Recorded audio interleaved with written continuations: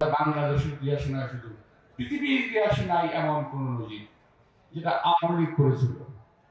আজকে সুযোগ এসেছে। ভাইয়া, আমি অন্য প্রসঙ্গে যাই একটু। আমাদের দেশ থেকে স্বৈরাচার হাসিনা পাশের দেশে আশ্রয় নিয়েছে, যাকে বিশ্বের কোন দেশ আশ্রয় দিতে চায় নাই, তাকে আশ্রয় দিয়েছে ভারত। কয়েকদিন আগে জামাতের আমির সাহেব বলেছিলেন যে ভারতের সেবাদাসী, কথাটা উনি একবারে বাস্তব কথাটাই বলেছেন।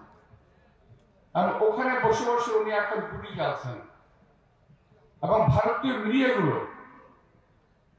পত্র পত্রিকা কিংবা ইলেকট্রনিক মিডিয়া, তারাও সমানে বাংলাদেশের বিচারণা করছে। গত 16-17 বছরে বাংলাদেশে যে রাজনৈতিক নিপীড়ন হয়েছে, বিশেষ করে যেভাবে গণহত্যা করেছে 2010 সালে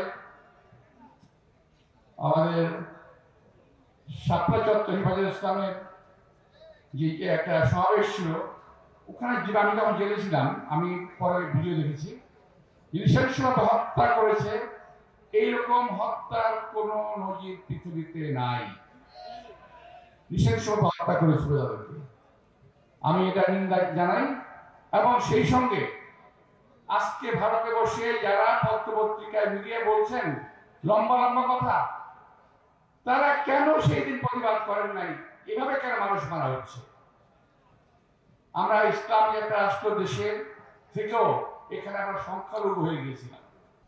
এই দেশটাকে ভারত তার অঙ্গ রাষ্ট্রে পরিণত করেছিল এবং ভারতবাসীও একইভাবে এটাই ভাবত। হাসিনা চলে গেছে, সরকারের পতন চলে গেছে, তোমাদের এত মাথা ব্যথা কেন? তোমাদের কেন এত মাথা ব্যথা? আমি বুঝতে পারি না। একটা পর একটা গন্ডগোল করাচ্ছে বাংলাদেশে, একটা অস্বস্তিকর অবস্থা সৃষ্টি করছে এখানে। আজকে এখানে আগুন, সেখানে আগুন, গতকাল সচিবালয়ে আগুন। তো এই সমস্ত কিন্তু একদিনে এবং একজন করছে না।